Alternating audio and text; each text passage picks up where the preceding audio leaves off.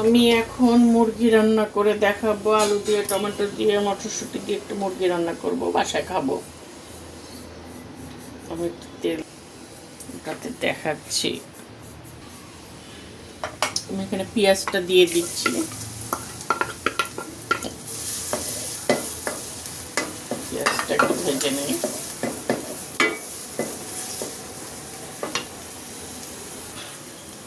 আমি এখন এর মধ্যে আদা রসুনের পেস্টটা দিয়ে দিচ্ছি, 1.5 চামচের মতো আদা রসুনের পেস্টটা দিয়ে একটু ভালো করে এটাকে আগে ভেজে নিই।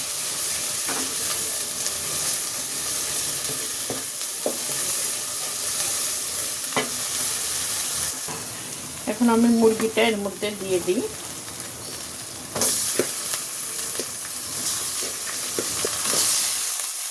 ভালো করে এখন এটাকে আমি কষাতে থাকি।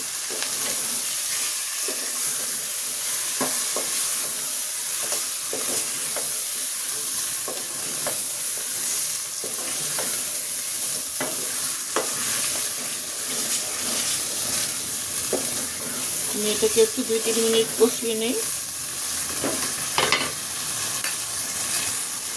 এখন এর মধ্যে আমি একটু লবণ দিয়ে দিচ্ছি আগে।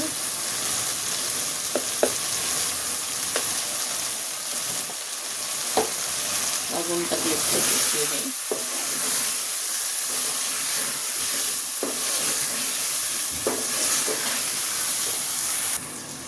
এখন আমি মশলা দিয়ে দিচ্ছি,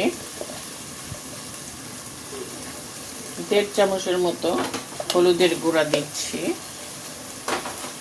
কারণ আমি এটা আলু দিয়ে রান্না করব, টমেটো দিয়ে। মরিচের গুঁড়া আমি 1.5 চামচের মতোই দিচ্ছি।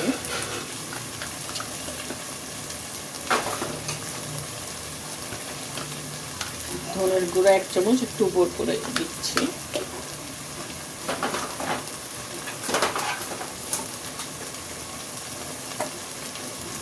জিরার গুঁড়াও 1 চামচের মতো দিচ্ছি।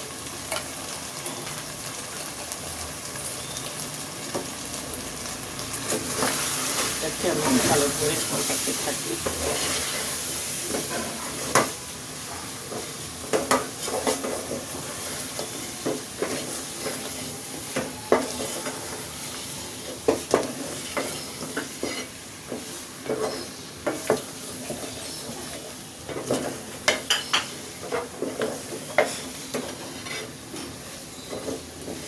আমি ভালো করে কষাতে থাকি। এর মধ্যে একটুখানি পানি দিচ্ছি, একটু গরম পানি দিই, নিচে ধরে যাচ্ছে। এটাকে আবার একটু ভালো করে কষিয়ে নিচ্ছি।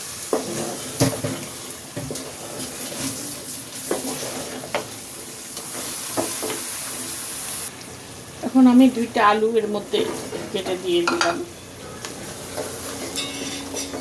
আমরা আবার আলুটা একটু পছন্দ করি। এটাকেও আমি 2 মিনিট একটু কষাই নিই।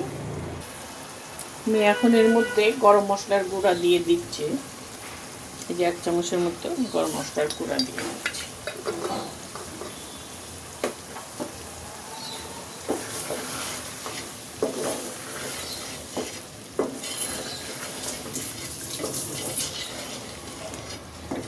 ভালো করে একটু কষিয়ে নেই।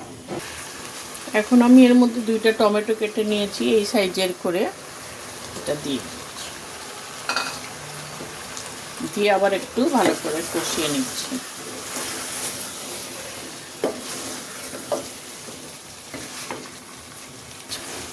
আমি এখন এর মধ্যে একটু মটরশুঁটি দিয়ে নিচ্ছি। এটাকেও আমি 1 মিনিট একটু কষিয়ে নিই মটরশুঁটিটা দিয়ে। তারপরে আমি 1 মিনিট হয়ে গেছে। এখন আমি এর মধ্যে গরম পানি দিচ্ছি। এটা গরম পানি করা, গরম পানি দিলে টেস্ট হবে। মাংস রান্নায় ঠান্ডা পানি না দেওয়াই ভালো। আর একটু পানি দিই সিদ্ধ হওয়ার জন্য, এরকম মাখো মাখোটা হবে।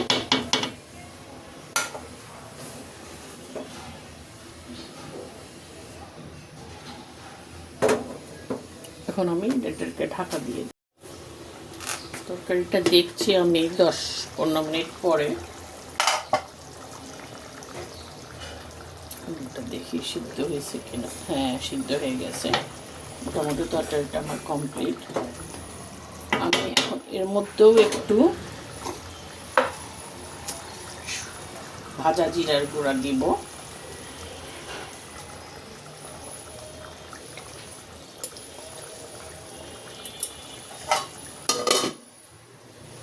ঝোলটা এইভাবেই থাকবে, এতটুকুই থাকবে। আমার এটা কমপ্লিট হয়ে গেছে। আপনাদের পছন্দ হলে লাইক দিন, শেয়ার করেন।